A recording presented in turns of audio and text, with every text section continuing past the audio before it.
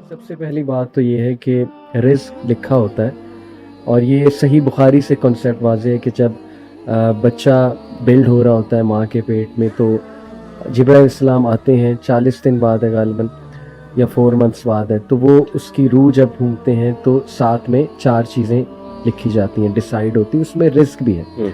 यानी जो overall risk है वो उस टाइम पे डिसाइड हो जाता है, उसका सस्टेनेंस। हाँ, अब ये उस पर डिपेंड करता है वो सस्टेनेंस वो कैसे ले, ये उसकी चॉइस है। फिर ये कि कभी वो सस्टेनेंस में से कुछ हिस्सा ज़्यादा मिल जाएगा, कभी कम मिल जाएगा। इसको मैं साकिब भाई एक्सप्लेन करता हूँ principle of conservation of energy के उस हवाले से कि देखें, there are different types of energies but overall energy conserved है, उसकी वैल्यू एक ही है। कभी वो काइनेटिक एनर्जी बन जाती है, कभी पोटेंशियल, कभी केमिकल पोटेंशियल, कभी कोई एनर्जी, थर्मल एनर्जी वगैरह वगैरह। तो आपके रिस्क के डिफरेंट तरीके हो सकते हैं कि आप हासिल करो रिस्क को, और कभी ज़्यादा आ जाएगा, कभी फरावानी आ जाएगी, कभी अल्लाह हाथ खींच लेगा। हाथ खींचने की वजह के वापस आ जाएं, तौबा कर लें, सीखें कुछ, ठीक है, मे भी अल्लाह आपको ग्रो करना चाह रहा है। तो ये बहुत क्रिस्टल क्लियर ना हमें मुसलमानों को पता होना चाहिए एटलीस्ट कि रिस्क बन जाने वाला है और उसने लिखा हुआ है। कुछ लोग साकिब भाई इतनी मेहनत करते हैं उस मकाम पे नहीं पहुंचते। कितने प्रॉपर्टी डीलर्स हैं जिन्होंने शायद मलिक रियाज जितनी मेहनत की हो, लेकिन देखिए अल्लाह ने उनके हिस्से में लिखा हुआ था। तो ये एक पहली चीज। दूसरा देखिए, ये आयत बड़ी इंटरेस्टिंग है, ये है जी सूरह रात की आयत नंबर 26 है। अल्लाह कहते हैं कि वल्लज़ीना सबरू, वो लोग जो सबर करने वाले। देखिए सबर का तज़किरा पहले यार, आपकी बातें शुरू से आप यही कह रहे हैं कि देखिए इसमें सबर है, एकदम से आप कहें जी क्विक सब कुछ हो जाए तो दैट इज नॉट पॉसिबल। और वो सबर किस चीज में करते हैं? सीकिंग द रिज़्क of their lord, the countenance of their lord and establish prayer. साथ बता दिया कि वो अक़ामुस सलाह, वो नमाज कायम करते हैं, और वनफकू मिम्मा रज़क़नाहुम।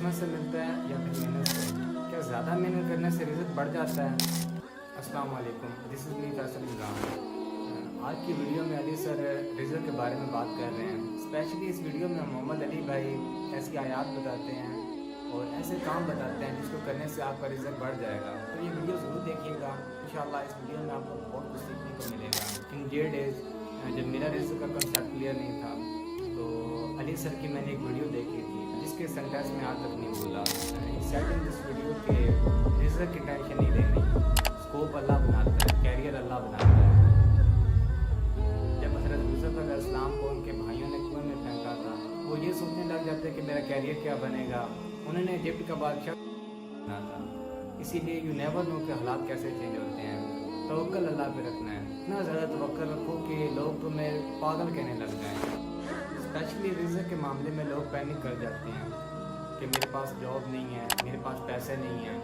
इसीलिए तो तवक्कल के इतना ज़्यादा सवाब है, हर बंदा नहीं कर सकता। अल्लाह ताला राज़िक है, अल्लाह सबको रिज़्क देता है, अल्लाह चिड़ियों को भी रिज़्क देता है। मगर इसमें एक सोचने की ये बात है कि वो चिड़ियाँ अपने घर से निकलती हैं। आप वो करें जो आपके हाथ में है, आप एफर्ट करें, आप मेहनत करें, बाकी जो काम अल्लाह के हम अल्लाह पे छोड़ दें। और एक बात याद रखें कि अल्लाह कभी भी मेहनत ज़ाया नहीं करता।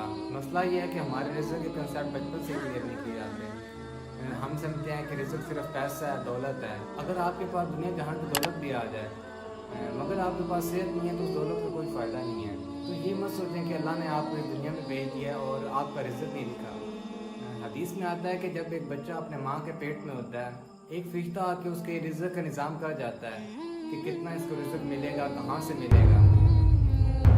अब ये उस शख्स पे डिपेंड करता है कि वो उसको हलाल तरीके से कमाता है या हराम तरीके से। एक और हदीस में है कि एक शख्स को उस वक्त तक मौत नहीं आएगी जब तक वो अपने हिस्से का रिज़्क दुनिया से ख़त्म नहीं कर लेता। चाहे आप डेथ बेड पर भी हैं, जब तक आपका रिज़्क ख़त्म नहीं होगा आपका मौत नहीं आ सकती। वनफकू मिम्मा रज़क़नाहुम, हमारे दिए में से वो खर्च करते हैं। किस तरह? सिर्रा व अलानिया, सिर्रन व अलानिया, सीक्रेटली एंड पब्लिकली। और अगली क्वालिटी क्या बताई? वयदरऊना बिल हसनति सय्यिआ, और वो बुराई को अच्छाई से रिपेल करते हैं। यानी उनकी डीलिंग्स, आपने कहा डीलिंग्स अच्छी होनी चाहिए, तो वो डीलिंग्स अपनी बहुत अच्छी रखते हैं। तो फिर उनके लिए बहुत रिस्क है और उनके लिए आखिरत में एक बहुत अच्छा घर है। आप देखें कि सारा کوزے کو سمندر میں بند کرنے والی بات ہے. اللہ نے بتا دیا کہ نماز ہے, نماز سے رزق بڑھتا ہے, نماز جو ہے وہ تمہیں بہت سی چیزوں میں چیک رکھے گی. پھر یہ ہے کہ وہ صبر کرنے والے ہیں, صبر کرتے ہیں. پھر یہ کہ وہ سپینڈ کرنے والے ہیں, سیکریٹلی اور اوپنلی دونوں سپینڈ کرنے والے. اور پھر یہ کہ وہ احسان کرنے والے لوگ ہیں, یعنی ریپیل کرتے ہیں گڈنس کو, ایول کو گڈنس کے ساتھ. اور کچھ طریقے کوئکلی میں بتاتا چلوں اسلامکلی رزق بڑھانے کے طریقے, کیونکہ ثاقب بھائی میرا جو پرسپیکٹیو ہے, جتنا میں نے پڑھا ہے, ہمارا برن آؤٹ سے زیادہ برکہ بیسڈ کلچر ہے. یعنی ٹھیک ہے کچھ چیزوں میں برن آؤٹ بھی کرنا پڑتا ہے, انڈرسٹینڈیبل ہے, لیکن وی شوڈ لک فار برکہ بیسڈ تھنگس, جس سے پروڈکٹیوٹی بھی بڑھے اور برکت جو ہے وہ بڑھنی چاہیے. تو اس کے کچھ طریقے ہمیں ہمارے نبی صلی اللہ علیہ وسلم بتائیں. سب سے پہلا تو جی دیکھیے نماز ہے. نماز کا ذکر جو ہے سورہ طٰہٰ میں آیت نمبر 132 میں اللہ کہتے ہیں کہ انجوائن یور پیپل, اپنے لوگوں کو حکم دو نماز پڑھنے کا, اور be diligent in observing it, کہ وہ اس کو ڈیلیجنٹ رہیں نماز پڑھنے میں. اور we do not ask you to provide, it is we who provide for you and the ultimate outcome is only for the people of righteousness. اللہ کہتے ہیں کہ ہم ان سے کچھ نہیں مانگ رہے, ہم انہیں دیں گے. نماز جو ہے جو بھی پڑھے گا اللہ سبحانہ تعالیٰ اس کا رزق ضرور کھولیں گے, یہ یہاں سے ثابت ہو گیا. دوسرا جی دعا ہے. دیکھیں ہمیں تو دعائیں مختلف طریقوں سے, آپ کو پتہ ہے میں عمرہ کرنے گیا, ماشاءاللہ مجھے ایک دعا پتہ لگی زمزم پینے کی. ابن عباس صلی اللہ عنہ دعا پڑھا کرتے تھے, اللہم انی اسألک علما نافعا ورزقا واسعا اور وشفاء من کل داء, کہ اللہ مجھے علم نافع دے, میرے رزق میں وسعت کر اور مجھے ہر بیماری سے بچا لے. آپ دیکھیں کہ زمزم پی کے یہ رزق کے بڑھانے کی دعا جو ہے وہ کی جا رہی ہے. پھر ہر فجر کے بعد ہمیں حکم ہوا ہے دعا پڑھنے کا, فجر کی نماز کے بعد اللہم انی اسألک علما نافعا ورزقا طیبا وعملا متقبلا, کہ اللہ میں علم نافع کی دعا کرتا ہوں, رزق ایسا جو طیب ہے, جو نفع دینے والا ہے, جو بڑھنے والا ہے, اس کا سوال ہے, اور ایسا عمل جو قبول ہونے والا ہے. آپ دیکھیں کتنی خوبصورت دعا, اور بھی بڑی دعائیں. پھر استغفار ہے. اب یہ بات ثاقب بھائی میں نے چیمبر آف کامرس میں میری ٹاک تھی, وہاں پہ میں نے باتیں کی نا کہ آج کل مایوسی بڑی ہے تو ہمیں یہ کریں.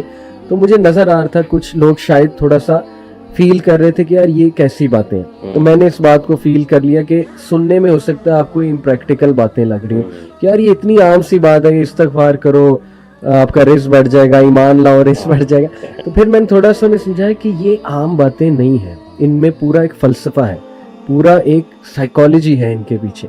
یعنی دیکھیں نا استغفار کرنے والا بندہ ہمبل ہی ہوگا, صابر ہی ہوگا, اس میں اللہ وہ ایٹریبیوٹس ڈال دیں گے جو ریکوائرڈ ہے آج کل کے حالات کا مقابلہ کرنے کے. تو یہ ہے جی سورہ نوح کی آیت, اس میں اللہ سبحانہ تعالیٰ حضرت نوح علیہ السلام کو انسٹرکشن دیتے ہیں, اور حضرت نوح آگے اپنی قوم کو انسٹرکشن دے رہے ہیں. حضرت نوح کہتے ہیں فَقُلْ تَسْتَغْفِرُوا رَبَّكُمْ إِنَّهُ كَانَ غَفَّارًا, کہ اے میری قوم کے لوگوں اللہ سے استغفار کرو, بے شک اللہ بہت معاف فرمانے والا ہے. یرسل السماء علیکم مدرارا, اس کا رزلٹ کیا ہے کہ وہ آسمان سے برسائے گا تم پر مدرارا, یعنی بہت ابنڈنٹ رین, بہت زیادہ رین.